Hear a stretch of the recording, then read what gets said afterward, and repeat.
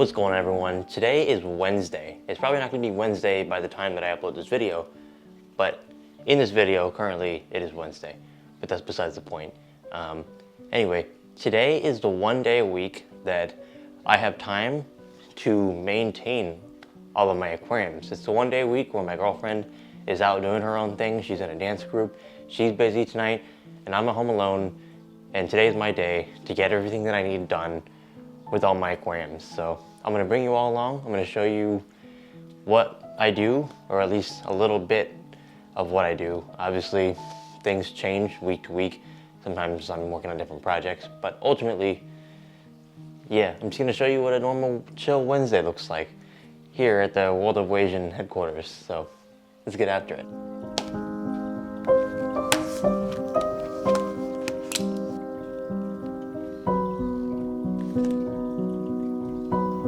All right, so we have a small running list of things that I need to get done today. I always do this throughout the week. I always write down like just little bullet points in a notebook of things that I need to do. Otherwise, my projects never move forward, and obviously me running a YouTube channel such as this, I kind of have to keep putting one foot in front of the other. So, yep, first thing on the list is, let's see, top off water. So, yep, we're not doing water changes this week. I usually do water changes every other week, sometimes like once a month, depending on the tank. But yep, no water changes today.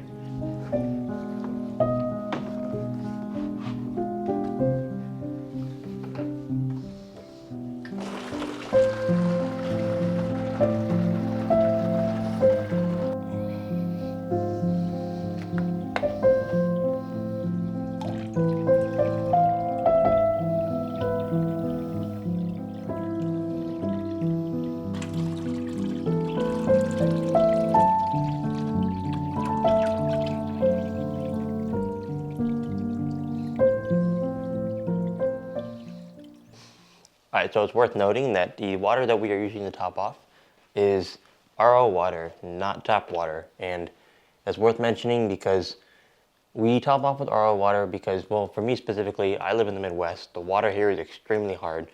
If I were to top off exclusively with tap water, the amount of total dissolved solids are going to continue to rise, and we don't want that. So when we do RO water, it essentially keeps all those total dissolved minerals and solids at a down low.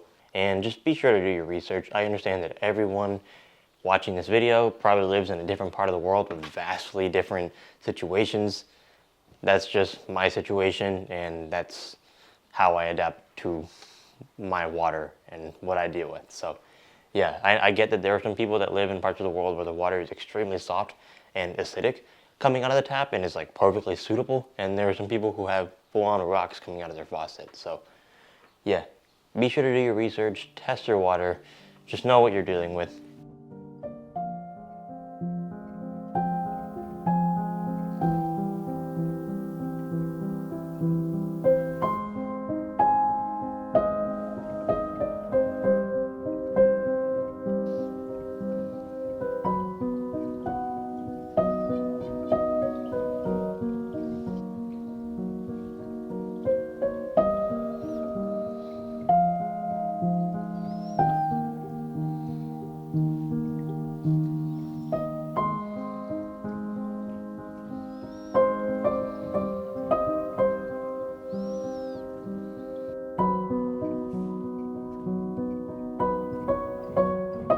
So we had this thing topped off, and you can see there was dirt and detritus kind of just flying everywhere. Now, a lot of people, a lot of beginners are gonna assume, oh, that tank is extremely dirty in a bad sense. Now, the thing is a dirty tank is actually a good tank. That's the reality that's what a lot of aquatic ecosystems actually look like.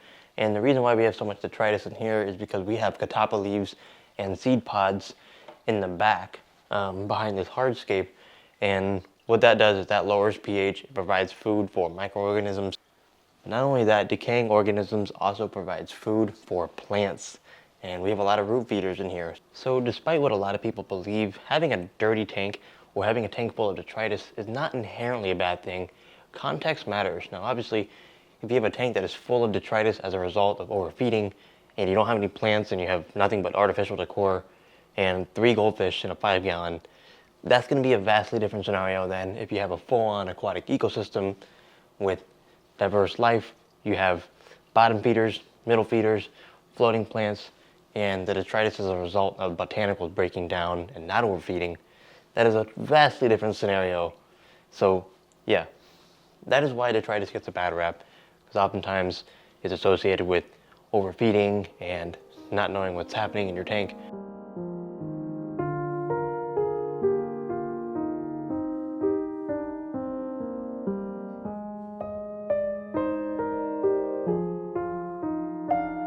Okay, so where is my checklist? Here we go. Okay, so moving on to the next thing that we need to do. We need to trim the Echinodorus grandifolius, as well as get rid of some of the plants that have transplant shock from the Endler's live bearer tank. I think we can handle that. So if you saw my last video, I made a 120-day update video on this Endler's live bearer's ecosystem tank, and you'll remember that we added some Amazon sword in here, some Echinodorus, and unfortunately it is succumbed to transplant shock, but that is, not a bad thing necessarily. It is growing new leaves, it's just adjusting to its new environment, so we're going to go ahead and trim all of the bits that are not doing too well to kind of alleviate that stress from the plant so it can focus all of its energy on the new growth. So I'm just going to cut this Echinodorus as far down as I can. We also have some pennywort in the back here that is down bad astronomically, and we're going to go ahead and remove that as well. Okay, so we trimmed all of the plants that were not doing too well in here, and for a lot of beginners, for them to hear from experienced people that they need to trim their plants basically down to nothing in order for them to look their very best is oftentimes a hard pill to swallow. And I know for me personally, when I first started the hobby, it was like, I was thinking, what do you mean I have to trim the plant all the way down to the base for it to grow back better? Like it just felt super discouraging and all, and sometimes in this hobby, things have to look worse before they bloom to their full potential. And that's also true in life as well. Things take time to manifest, and if there's anything that I learned in this hobby, it's trust yourself and trust the process and don't give up. And sometimes it doesn't work out. Sometimes you fail astronomically. We've all been there. I've been there.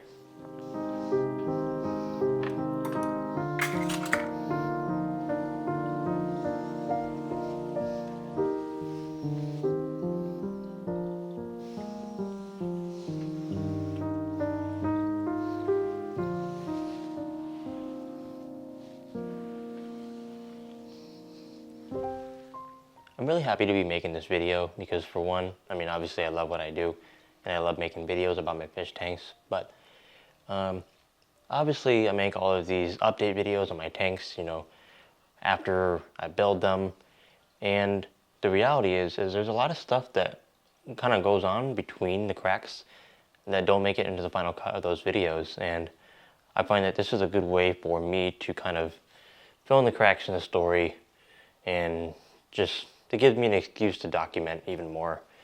And obviously, you guys get more content out of it, so that's pretty sweet.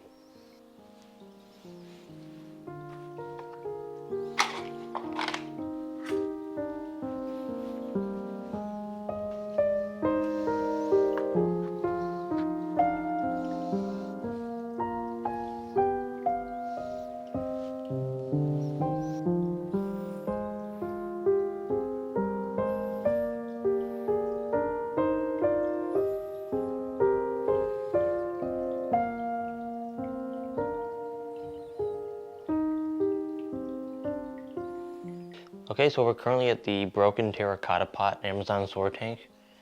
Let's go ahead and see what's up. So this is a little scape that I built to basically serve as a temporary holding tank. Obviously we have a short fin betta in here at the moment. Her name is King Ghidorah, based after one of my favorite monsters from one of my favorite childhood movies, or childhood series, I should say. Was obsessed with Godzilla when I was a kid, the older ones to be exact. Not a fan of the American movies, but yeah, the old Japanese releases. Love those. But yeah, that's what she's named after. Just kind of pulling some frog bit out of here. So yeah, as I mentioned, we have our short fin betta in here at the moment. This is a temporary holding tank because the peace lily paludarian that she was in originally has been taken down because we are building something else. So yeah, this is a UNS 30A. This is a UNS on one. It's pretty solid. It's a 7-gallon. So this mini dwarf hairgrass is actually spreading pretty nicely, which is cool. This is a low-tech tank. There's no CO2. And yeah, it's carpeting. Slowly, but yeah, it is carpeting. That said, the Amazon sword is kind of starting to choke out some of the light for the dwarf hairgrass in the bottom. So we're gonna go ahead and trim the Amazon sword just a little bit in the front. I actually really like the way this Amazon sword looks, and I don't want to damage the integrity of it too much, but I'm just gonna cut out these bigger leaves that are kind of draping over the hair grass, and we'll call it a day there.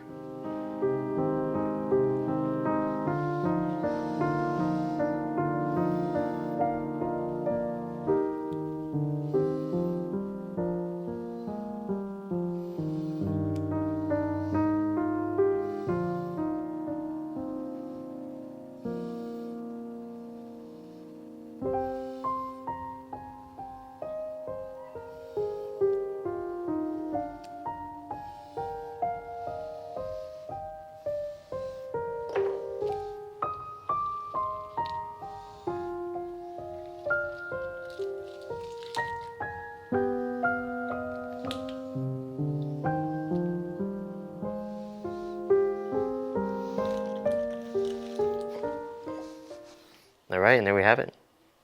We now have light in the bottom part of the tank. So the bed is looking a little excited. Obviously, every time she sees a camera, she assumes I'm going to be filming a feeding video. So let's go ahead and get her fed.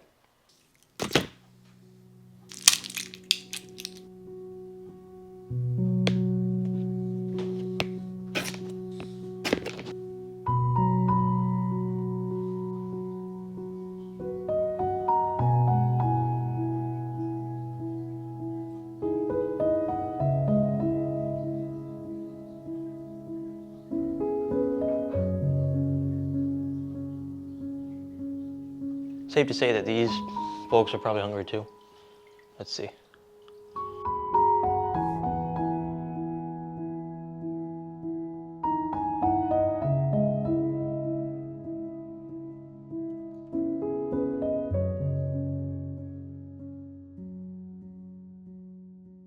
All right, so our work here is done pretty much with this tank. This thing just takes care of itself. I mean, we have a deep substrate bed with an Amazon sword, and actually 2 Amazon swords. There's one in the back. I don't know if it'll focus. Whoa, hello. Since this is an on one, and I have to have the water at a certain level for it to work properly, to get the water to like filter, it is kind of high. So what I do is I actually keep this here for the better part of the day, because I don't know, she's a hyper fish and she's a little unpredictable. So yeah, my last tank I kind of had the water level down lower, but in here, since I need to have the water level pretty much right at the rim, I keep this lid on here. So yeah, I don't want her jumping out. She's kind of sporadic and she's a little spontaneous, so yep, that would be bad. So we're getting through things, the errands. This is, I just looked at my wrist as if I had a watch on. I don't even wear a watch. That was weird. Yeah, we're kind of getting through our chores. So a lot of it I'm actually doing off camera, if I'm going to be completely honest. But this is more or less just a way for me to kind of just show you what's up and get to know y'all better. But let's move on. I want to show you all something, and I'm kind of excited about it. So here we are at the last stop of the day, and it's quite poetic because this is actually typically where I end my day on a normal day. Sitting here, just staring at this tank. because this is by far my favorite tank that I have at the moment, if I'm going to be completely honest.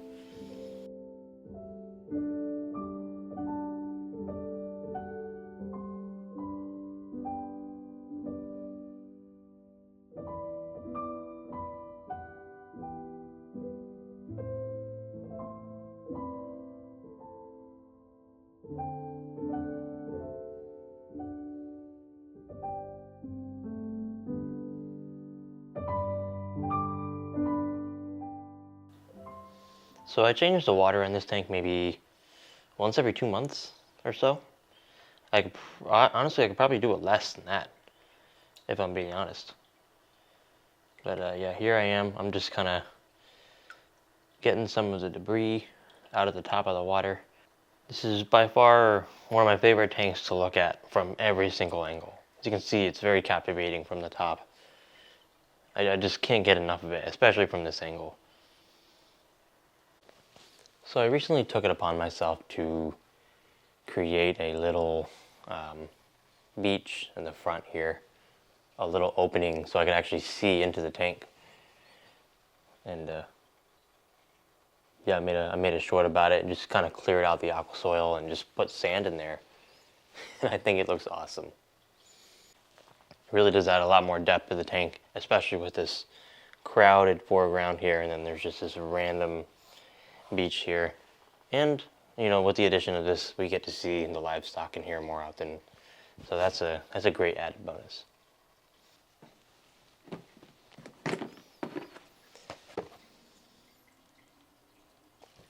So this right here is a bin with about ½ an inch of aqua soil, no water in it, and there's just a bunch of plants in here. Anytime I have leftover plants from those tropical 1-2 grow cups, I just throw them in here, keep it humid, I put a lid on it, and then I put it under a light with a timer. And basically it's just a grow out container. And in here we have some plants that are just propagating themselves, and I can use them for whatever projects I please. So this is a great way to get your money's worth with those tropical 1-2 grow cups, or any tissue culture plants for that matter. It doesn't matter, it doesn't have to be tropica necessarily, but yeah, we have a whole bunch of plants in here. We have some acerapins, we have some Taiwan moss that's growing out nicely. We have some Crypt parva in here. Focus. I don't know why it's not focusing, but anyway, you get the idea. So I thought it'd be super cool to maybe get some acerapins out of here, because I have an idea. So.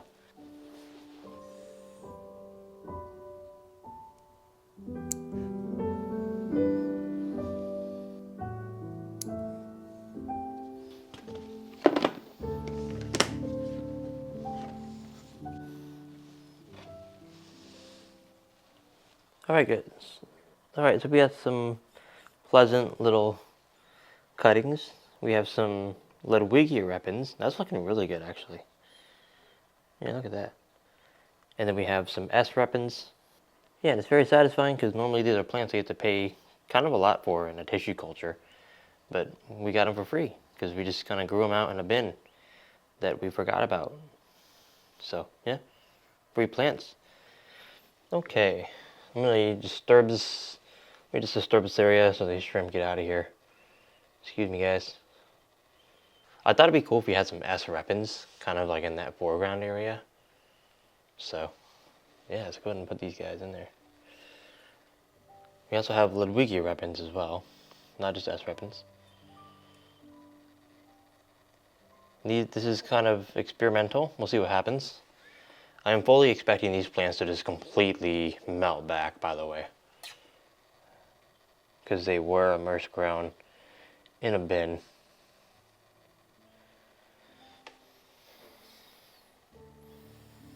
There are these 2 shrimp in the front here that seem to not want to move. Excuse me, guys.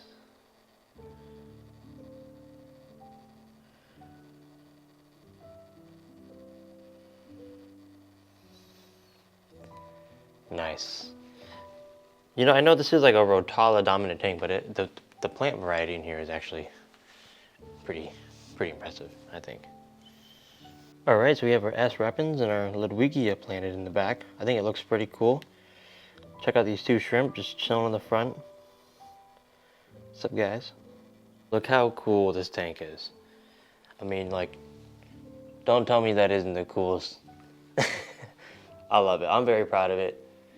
No CO2, just a nice substrate bed and a lot of patience, and some fast-growing plants, obviously. I mean, Rotala isn't hard to grow, but still, nonetheless, I love the way it looks. All right, folks, I think that is a wrap on all of the maintenance that needs to be done today. Hopefully you all enjoyed coming along this ride with me. It's been fun. I like showing you all around. I enjoyed making this video, and hopefully you enjoyed watching it. So thanks for watching, everyone, and I'll catch you on the next one.